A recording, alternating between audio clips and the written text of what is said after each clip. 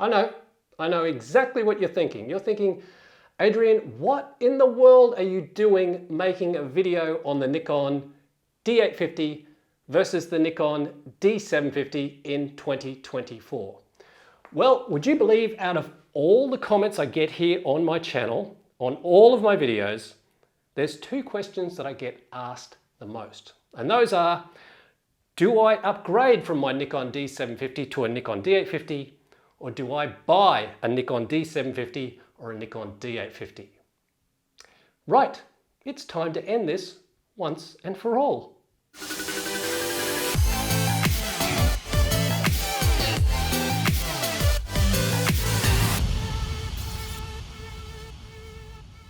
I've been putting off making this video for years. I just couldn't bring myself to make it because it's been a kind of a which of your children do you love the most type scenario when it comes to these cameras for me. But anyway, that being said, I know a lot of you out there can't afford both of these cameras, so which one do you buy? Do you buy the Nikon D850 or the Nikon D750? Or if you're upgrading, do you go from the D750 to the D850? Okay, deep breath. I got this. I've proudly owned both of these cameras for over 5 years. They've accompanied me to different parts of the world, photographing everything from the Northern Lights in Iceland to the stunning alpine mountains of southern New Zealand. The one thing they both have in common is outstanding full-frame image quality.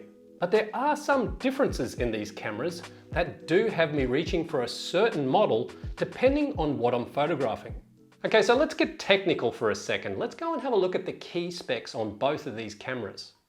When you look at the specs on paper, the D850 has the higher resolution 45 megapixel sensor compared to the D750's 24 megapixel sensor. The D850 has greater ISO range and can shoot 4K video. But when you look at everything else, they're pretty much on par with one another, even frames per second. I should also note here the D750 has only 51 focus points, whereas the D850 has 153. The D850 also has more programmable buttons, which allows you to initiate certain focus modes. In fact, I've made an instructional video on how to do this, and I'll leave that at the end of this video. You can check out a little bit later on. Also not mentioned here in this graphic, the D850 has no AA or anti-aliasing filter on the sensor, and the D750 does have a pop-up flash that does come in handy for some low light or flash fill type situations. Nikon discontinued the manufacture of the D750 some years ago, yet the fact that people are still looking out for this Nikon D750 to buy secondhand, well, what does that tell you about the quality of this camera? And plus, it was launched almost 10 years ago now. Secondhand and refurbished here in Australia, the D750 sells at some retail camera stores for under $1,000. The D850 has been a powerhouse for many photographers, and you can now pick up these cameras relatively cheaply compared to some of the more modern mirrorless models with the same 45 megapixel sensor. Okay, so I did a couple of shots out of both of these cameras just to check the image quality coming from the D850 and the D750 to see if there's any sort of noticeable differences. So I took this shot you're seeing now out in my bird garden. Now, what I did was I set up the camera or cameras on a little tiny tabletop tripod. I used my Nikon 70 to 200 millimeter f2.8 G VR2 lens. It's one of the sharpest f-mount zoom lenses I own. I've even taken the UV filter off the front of the lens, so just in case that did anything. Both cameras were set to identical settings. I'll put the settings up the top of the screen so you can see that right now. So on the left-hand side, you've got the D850, and on the right-hand side, you've got the D750. Only thing that was different, on the D750, I was shooting at the baseline ISO of 100. On the D850, the baseline ISO of 64. That's the only things that were different. I should also mention that both cameras were shooting at full resolution. That's the D750 at 24 megapixels and the D850 at 45 megapixels. So now looking at both these images straight on and trying to tell the difference from full screen, good luck. You can see there's not much difference at all. In fact, I'm pretty sure if I didn't tell you which camera took which shot, you wouldn't be able to tell. So by looking at these two shots straight on, I think we've already proven something. If you think you're going to be upgrading from the D750 to the D850, and you're going to be getting this massive difference in image quality, well, see for yourself. I could not pick the difference at all. But let's have a look now what happens when you start cropping in. So by cropping in just a little bit, again, you're going to be hard pressed to find any sort of differences. So let's crop in even more. So now we're starting to see a little tiny bit of difference in resolution. Now, if you're looking at this video on a phone, it's going to be pretty hard to see. You really need a bigger screen, something like a TV or a PC or a laptop. But yeah, you'll have to just take my word for it if you're watching this on a mobile phone. That D850 is just that little bit more sharper. I'm going to crop in even more yet. Okay, so now we're really starting to see where that D850 45 megapixel sensor shines. Cropped right in on Yoda's left-hand side eye here, you can see that it's much sharper compared to the D750.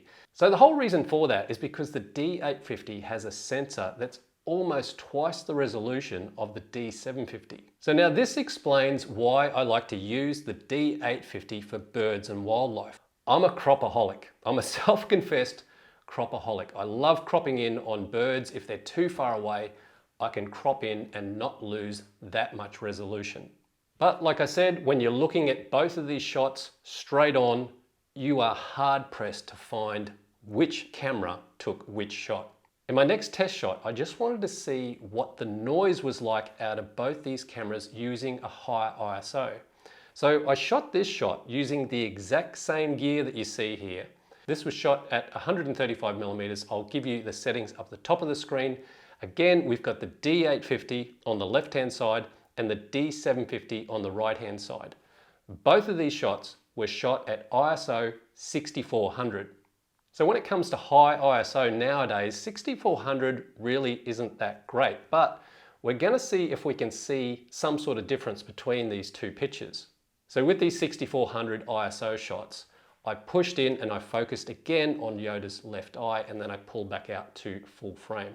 And looking at both these shots full frame, I am flat out, I cannot see any sort of significant difference. And in fact, I had to go and double check on the files to work out which one was the D850 and which one was the D750. So let's push in on both of these shots and see if we can see any sort of noise difference coming out of either one of these cameras. So I've cropped in a little bit here, and you can see that the D750 is just starting to look a little tiny bit better in higher ISOs compared to the D850 on the left. So let's crop right in there. Let's go right into the eye and see if we can see any sort of noise.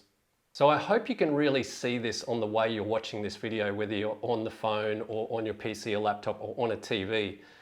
But if you look at the left-hand side where the D850 is, you can see just on Yoda's eyebrow in the shadow there, it's got a lot more noise compared to the D750 on the right-hand side. But this is one of the reasons why I like to reach for the D750 when I'm doing astrophotography.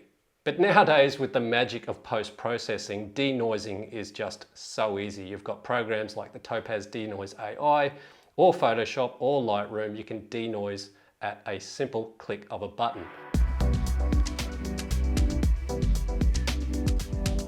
So to the answers to the questions, do I upgrade from a Nikon D750 to a Nikon D850? Or do I buy a Nikon D750 or a Nikon D850? Well, here's my thoughts. Firstly, to the question about upgrading. You'll find the D850 does have some significant advantages over the D750 operational and technological wise, and is worth upgrading for that reason alone. However, if you think upgrading will dramatically change your photos in terms of image quality, then I think my test shots that I've shown you in this video will prove that it's not that big of a difference unless you really zoom into 200% and pixel peep.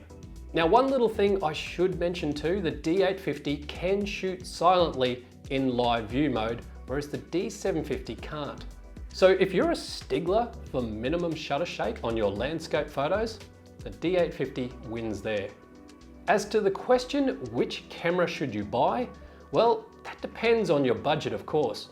But there are some mint condition D850 and D750 cameras out there at the moment on the second-hand market due to people selling their perfectly good and operational cameras for the Nikon Z8 or Z9. From comments on my previous D850 and D750 videos, and I'll leave you those at the end of this video you can check out, people are snapping up some bargains all around the world on both of these cameras. The D850 is arguably the best DSLR ever made, and the D750, while not having as many features as the D850, is still an amazing little camera for the price. When it comes to photography, I see so many people here on YouTube or when I'm out doing photography, and they seem to put the emphasis on, well, how much did you pay for that camera? Is that a great camera if you paid that much? Or this camera does 120 frames per second, I bet you yours doesn't. Automatically that makes your camera inferior. Well, I don't believe in that. It's your skill level as a photographer that's the most valuable asset you can possibly have. No camera takes a great photo, it's you. You're the one that takes a great photo, your creativity and your knowledge of the gear you're using. Now, of course, there's going to be certain people watching this video, like this guy, that think this. Oh man, DSLR is dead. Mirrorless, man, mirrorless. You know, the funny thing is, I get comments like that every second day here on my YouTube channel. And look, people are entitled to their own opinion, but is the DSLR really dead? I'd love to know your thoughts on it. Leave them in the comments below. And I believe a camera is only as good as the person that's holding it. That's my 2 cents worth anyway. Never stop creating, and I'll see you next time.